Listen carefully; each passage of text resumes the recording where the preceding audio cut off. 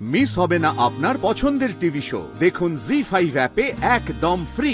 আমি জানি মা, আমি অফিসের কাজের জন্য ঘরের অনেক কাজই করে উঠতে পারিনি, কিন্তু আমি আপনাকে কথা দিচ্ছি মা, এবার থেকে অফিসের কাজের জন্য ঘরের কোনো কাজ ক্যান্সেল হবে না, আমি সব কাজ করব। না ঠিক আছে ঠিক আছে।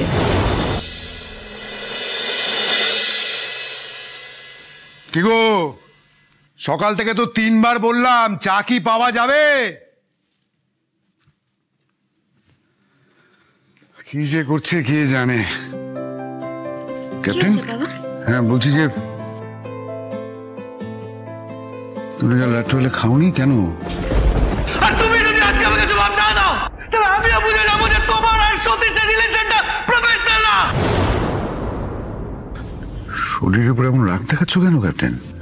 না বাবা, আপনি ভাবেন না, আজ থেকে সব ঠিক হয়ে যাবে, আমি খেয়ে নেবো বাবা, আর ভুল হবে না। ক্যাপ্টেন, একটা কথা তোমাকে বলছি, শরীর কিভাবে কষ্ট দিও না। শরীরটা যদি তোমার ঠিক না থাকে তাহলে সংসারটা ঠিক থাকবে না ক্যাপ্টেন। একটা কথা আমি তোমাকে বলছি, এখন থেকে এই সংসারের সব দায়িত্ব তোমার। আপনি চিন্তা করবেন না বাবা, আজ থেকে আমার এবং এই পরিবারের প্রত্যেকের দায়িত্ব আমার। আমার এই সোনার সংসারের সবার আমি খেয়াল রাখবো। রাখতে তো হবেই তোমাকে ক্যাপ্টেন, তোমাকেই তো রাখতে হবে। ক্যাপ্টেন, বলছি যে দেখো, সংসারে না ঝগড়া ঝাঁটি এগুলো সমস্ত হয়। এক জায়গায় যদি অনেকগুলো বাসন থেকে টোকাটোকি লাগে না, বলো লাগে তো? হাল ছেড়ে দিলে হবে? আমি সবটাই জানি বাবা, সবটাই বুঝি, আসলে কি জানেন তো, মাঝে মাঝে না আমি ধৈর্য রাখতে পারি না। তখন কি মনে হয় জানেন, মনে হয় যার জন্য এত কিছু করলাম সেই আমাকে চোর বলছে। সম্ভব হয় না, খুব রেগে যাই তখন। জানি মা, আমি সবকিছু বুঝতে পারছি। দেখো মা, সংসারটা না ওই এয়ারপোর্টের রানওয়ের মতো নয় যে সব সময় ফাঁকা থাকবে। সংসার হলো বৈচিত্র্যময়, কখনো মরুভূমি, কখনো জঙ্গল, কখনো উঁচু নিচু, কখনো ঝড়ঝাপটা। এটাই তো সংসার, এটাকেই আঁকড়ে ধরে আমাদের বেঁচে থাকতে হবে। আসল কথাটা কি জানেন তো বাবা, আপনি দেখবেন নিজের কাছের মানুষটা যদি একদম ঠিক থাকে না, তখন কিছুতে কিছু যায় আসে না, কিন্তু নিজের মানুষটা যদি একটু বেঁকে বসে, তখন সামান্য হাওয়াতেই না সবটা লন্ডভন্ড হয়ে যায়। তোমার সমস্ত কথা আমি বুঝতে পারছি না, তবে এই ব্যাপারে আমার একটা কথা বলার আছে। দেখো ক্যাপ্টেন, কাউকে না কাউকে তো একটু মাথা নিচু করতে হয়, তাই না? সবাই যদি চায় যে আমি অন্যকে ছাপিয়ে যাব, তাহলে যে ভালোবাসার কোনো মূল্য রইল না ক্যাপ্টেন।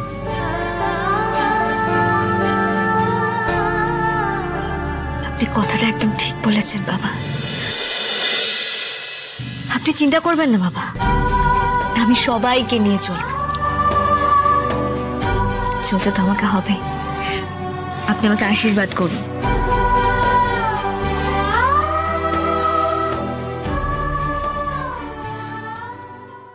আমি জানি না তুমি পারবে, তুমি পারবে ক্যাপ্টেন, সেই বিশ্বাস আছে তোমার প্রতি। এই দেখো মা, এতক্ষণ এত কথা তোমায় বলছি, বলছি যে আমি সকাল থেকে এক কাপ চাও পাইনি মা। যদি সে কি আপনি চা পাননি? আর বলো না, সকালবেলা ঘুম থেকে ওঠার পরেই তোমার শাশুড়ি মা বাসি মুখে আমার হাতে বাজারে থলেটা ধরিয়ে দিল, সঙ্গে এত একটা লিস্ট, কাতলা মাছ আনো, চিংড়ি মাছ আনো, মোরলা মাছ আনো। ওনার হুকুম মতো সবকিছু আমি তামিল করে দিয়েছি। উনি এখন ওই সমস্ত নিয়ে রান্না করতে বসেছেন, কিন্তু আমার কপালে এক কাপ চাও জোটেনি মা। যদি একটু চা। কিন্তু মা, সকাল সকাল এত রান্না কার জন্য করছেন?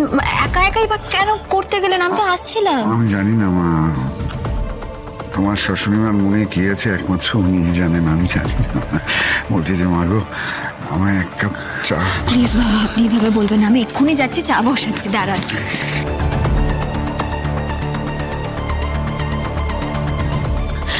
মা, আপনি একা হাতে কেন সবকিছু করছেন বলুন তো?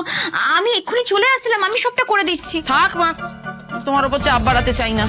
না না মা, কোনো চাপ বাড়বে না, আমি সবটা করে নিতে পারবো। আমি তো রান্না করতে পারি মা।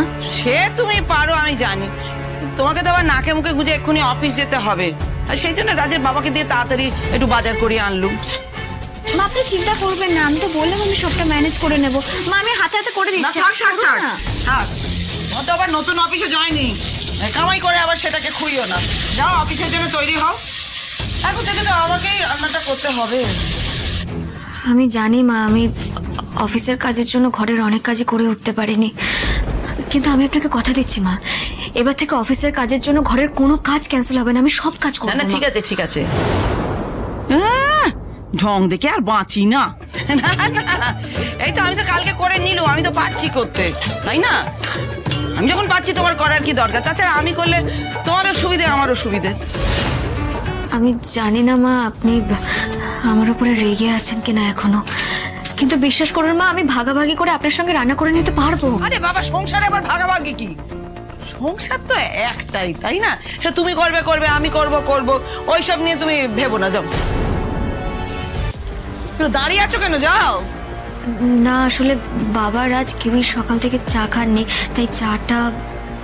এই দেখেছো এর বাবা সকাল থেকে চা চা, আবার বসাও এখন চা এর মধ্যে। আপনি ব্যস্ত হবেন না মা, আমি এক্ষুনি করছি। চাটা তো আমি করে দিতে পারবো।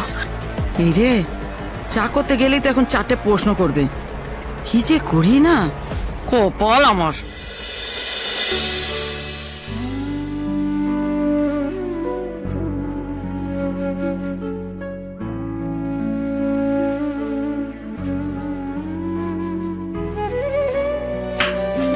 বলছি মা, আজকে স্পেশাল কিছু রয়েছে? মানে এত কিছু আয়োজন করছেন আপনি? জান তুমি এই মেয়ে চোখ টাটাবে, এই স্বভাবটাই তো এরকম। কি বলি আমি, না স্পেশাল দিনেই বেশি রান্না করতে হবে, কে বলেছে? না না মা, আমি ভাবলাম আজ তো ছুটির দিনও নয়, হয়তো স্পেশাল কোনো ডে রয়েছে, আমি যেটা ভুলে যাচ্ছি। আপনি বাবাকে দিয়ে সকালে বাজারও করিয়েছেন না? আসলে কালকে তো তোমার তেমন ভালো করে খাওয়া হলো না, রাজবাবারও খাওয়া হলো না। তবে রাজের জন্মদিনটা কিরকম করে যেন সব চলে গেল আমার বুকের ভেতরটা, তাই ভাবলাম করি একটু রান্না। না না মা, ঠিক করেছেন একদম। আমি চা পাতাটা দিই।